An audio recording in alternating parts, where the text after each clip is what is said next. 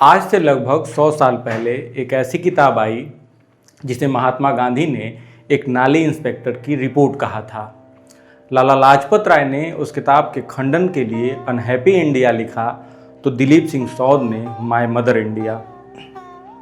धान गोपाल मुखर्जी ने a son of Mother India answers तथा श्रीमती चंद्रावती लखनपाल ने मदर इंडिया का जवाब लिखकर उस एक किताब का प्रतिरोध किया।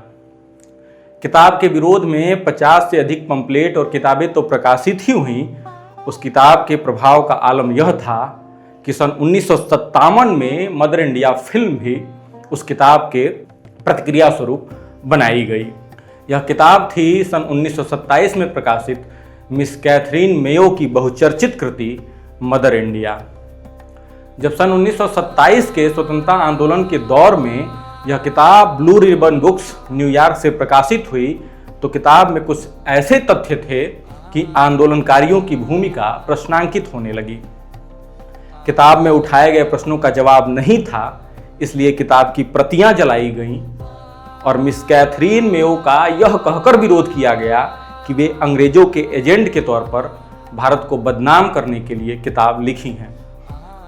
उमा नेहरू, जिन्होंने 1928 में ही संभवतः मदर इंडिया का हिंदी अनुवाद किया तथा अपनी विस्तृत टिप्पणियां भी लिखीं, उनका मिस कैथरीन मेयो के बारे में कहना था कि जो स्त्री प्रांतीय गवर्नर और सूबे के बड़े अफसरों की मेहमान रही हो, जो सीआईडी द्वारा हिंदुस्तानी खास लोगों से मिली हो, ऐसी स्त्री को इस पुस्तक की वास्तविक जन्मदाता समझना गलती है। अंग्रेजों ने उस स्त्री की ओट लेकर हिंदुस्तान को जानबूझकर बदनाम करवाया है। अब सवाल यह उठता है कि आखिर ऐसा क्या था किताब में जिसने हिंदुस्तान के राजनीतिक और साहित्यिक हलकों में एक तरह से माने तो भूचाल जैसा ला दिया। मिस कैथरीन मेयो ने किताब में प्रमुखता से बाल विवाह, विधवा विवाह, स्त्री शिक्षा, दलितों के अधिकार, धार्मिक पाखंड और अंधविश्वास के साथ साथ अंग्रेजों या कहें कि औपनिवेशिक सत्ता की हिंदुस्तान के प्रति जो नेक नियति है, उन जैसे मुद्दों को प्रमुखता से उठाया था। लेकिन हिंदुस्तान के स्वतंत्रता सेनानी, सामाजिक विचारक और लेखक कम से कम स्त्रियों से जुड़े मुद्दों को 19वीं शताब्दी से ही उठाते आ रहे थे। तो फिर मिस कैथरीन के लेखन में ऐसा क्या था? मिस कैथरीन मेयो अमेरिकन इतिहासकार थीं और वर्ष 1924-25 के दौरान भारत आई थीं। अपने भारत आने के उद्देश्य के बारे में वह स्वयं लिखती हैं कि मैं यह साफ कर दूं कि मैं न तो दूसरों के मामलों में हस्तक्षेप करने वाली हूं और न मैं राजनीतिक जासूस हूं। मैं केवल एक आम अमेरिकी नागरिक हूं जो अपने लोगों को भारत की वास्तविकता बताने के लिए वहां जाकर देखना चाहती हूं। यानी कि कैथरीन ने जो भी लिखा वह स्वयं घूमकर और देखकर लिखा और यही उनके लेखन की सबसे बड़ी खासियत है। उन्होंने बाल विवाह, विधवा विवाह और स्त्री शिक्षा के मुद्दे उठाए जो स्त्रियों के अधिकारों और उनके यौनिक उन्मुक्तता से जुड़ा हुआ था। इस पर भारतीय लेखक या राजनीतिज्ञ अगर बात विचार करते भी तो इसलिए नहीं करते कि यह स्त्रियों का मूलभूत अधिकार है, वे इसकी हकदार हैं। यह बात इसलिए होती क्योंकि उन्हें लगता था कि उनके परिवार का पालन पोषण ठीक से नहीं हो पा रहा है, जिसका अंततः प्रभाव देश पर ही तो पड़ना है। इसलिए किसी को सुंदर सुशील पत्नी की आवश्यकता थी तो कोई ऐसी सुघर गृहिणी चाहता था जो बढ़िया खाना पकाने वाली हो और उनके बच्चों को घर पर पढ़ाने वाली भी।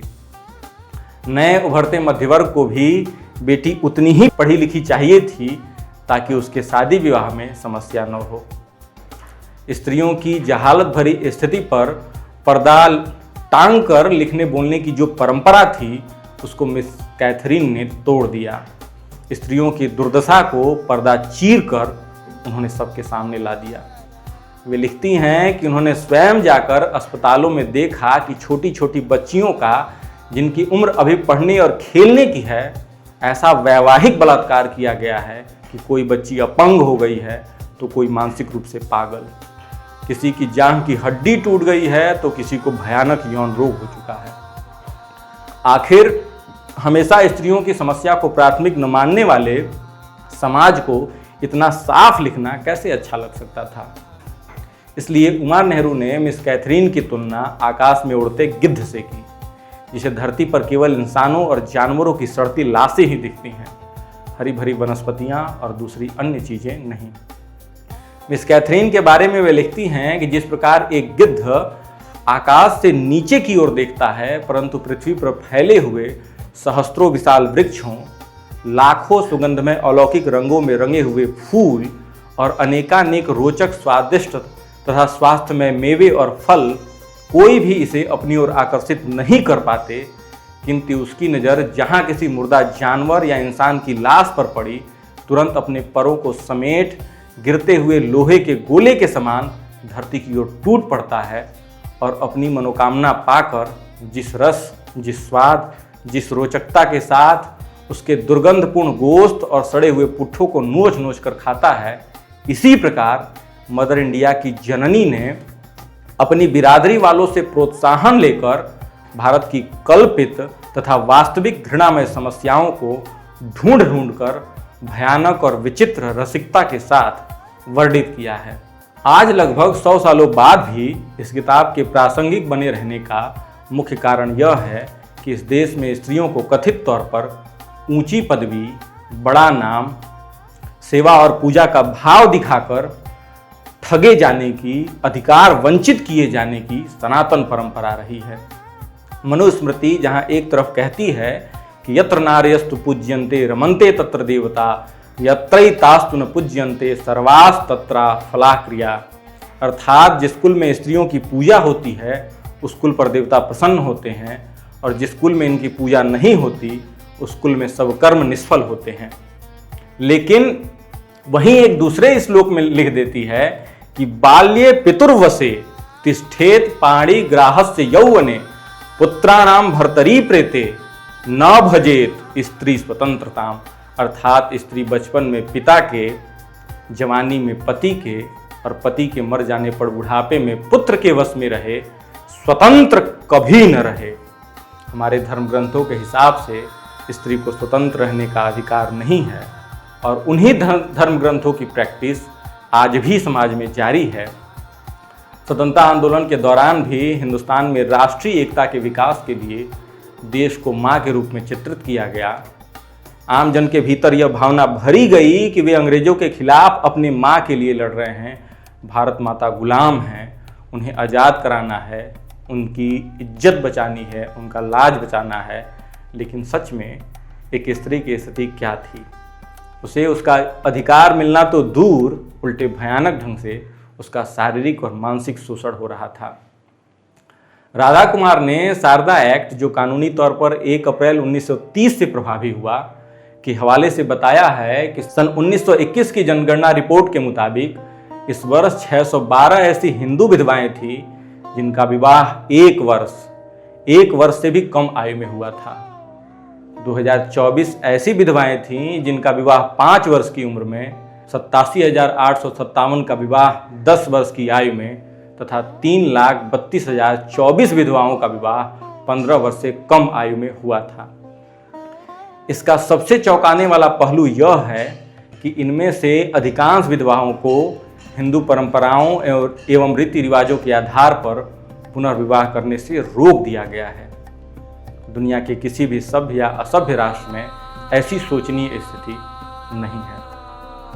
तो ऐसी भयानक स्थिति के बावजूद जब शारदा एक्ट, जिसमें लड़कियों की शादी 14 वर्ष से कम आयु में करने पर और लड़कों की शादी 18 वर्ष से कम आयु में करने पर सजा का प्रावधान था, को पास करने की बात हुई तो पुरुष समाज सड़कों पर आ गया और दलीलें दी जाने लगीं कि अंग्रेजों को हमारे धार्मिक मामलों में हस्तक्षेप करने का अधिकार नहीं है।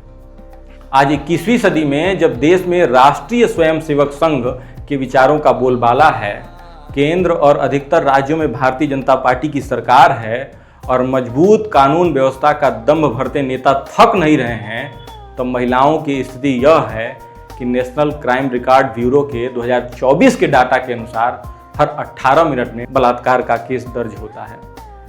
एनसीआरबी के ही 2024 के डाटा के अनुसार उत्तर प्रदेश में वर्ष 2024 में महिलाओं के खिलाफ अपराध के सबसे अधिक 66,396 मामले दर्ज किए गए। सबसे अधिक बलात्कार के मामले में राजस्थान का पहला स्थान था, जबकि उत्तर प्रदेश का दूसरा। ये वंदे मातरम अर्थात भारत माता की वंदना के लिए आक्रामक ढंग से अगुवाई करने वाले लोगों की सरकार में महिलाओं की स्थिति है। इसे ऊपर के आंकड़े से समझा जा सकता है। मिस कैथरीन मेयो ने देश की इसी स्त्री विरोधी परंपरा को ध्यान में रखते हुए अपनी पुस्तक का नाम व्यंग्यात्मक तौर पर मदर इंडिया रखा होगा। जनमन बहुजन के 2.5 आखर श्रृंखला का यह तीसरा वीडियो है। आज हम इस श्रृंखला के तीसरी किताब पर बातचीत करेंगे। पहले जिन 2 किताबों पर बातचीत हुई है उसे आप इस वीडियो के बाद देख सकते हैं। वीडियो देखने के बाद अपनी प्रतिक्रिया देना न भूलें, और अगर हमारा यह प्रयास आपको पसंद आ रहा हो तो चैनल को सब्सक्राइब करें और फेसबुक और इंस्टाग्राम पर फॉलो करें। हार्वर्ड प्रेस से 2017 में प्रकाशित और कमल भारती द्वारा हिंदी में अनुदित मिस कैथरीन मेयो की किताब मदर इंडिया 5 भागों में विभाजित है। किताब को हिंदी में लाने के उद्देश्य के बारे में कमल भारती ने लिखा है कि आज 90 साल बाद मदर इंडिया को हिंदी में लाने का उद्देश्य कहो गर्व से हम हिंदू हैं का नारा लगाने वाले हिंदू राष्ट्रवादियों की आंखों का जाला हटाना है, ताकि वे देख सकें कि क्या सचमुच हिंदू संस्कृति में दलितों, स्त्रियों और आदिवासियों के लिए गर्व करने योग्य कुछ है। अब जबकि किताब को आए 100 साल पूरे होने जा रहे हैं, तब कमल भारती जी का सवाल और प्रासंगिक हो चुका है, क्योंकि हिंदू राष्ट्रवादियों की आंखों का जाला हटना तो दूर ठहरा, उन्होंने हिंदुत्ववादी सांप्रदायिक राष्ट्रवाद के पंजे में देश के और भी बड़े हिस्से को कस लिया है तथा इसके नीचे अपने दोस्त पूंजीपतियों की खूब सेवा कर रहे हैं। 5 भागों और 30 अध्यायों में विभाजित इस किताब की शुरुआत कलकत्ता के कालीघाट से होती है, जहां धर्म को धंधे की तरह इस्तेमाल करने वाले पुरोहितों का कारोबार जारी है। लोगों में अंधविश्वास का जाल फैलाकर लूट का व्यापार करने वाले ये परजीवी आम जनता को किसी भी मुसीबत में झोंक देने में नहीं हिचकते, जो बदस्तूर आज भी जारी है, और आज तो सत्ता का संरक्षण भी इन्हें हासिल है।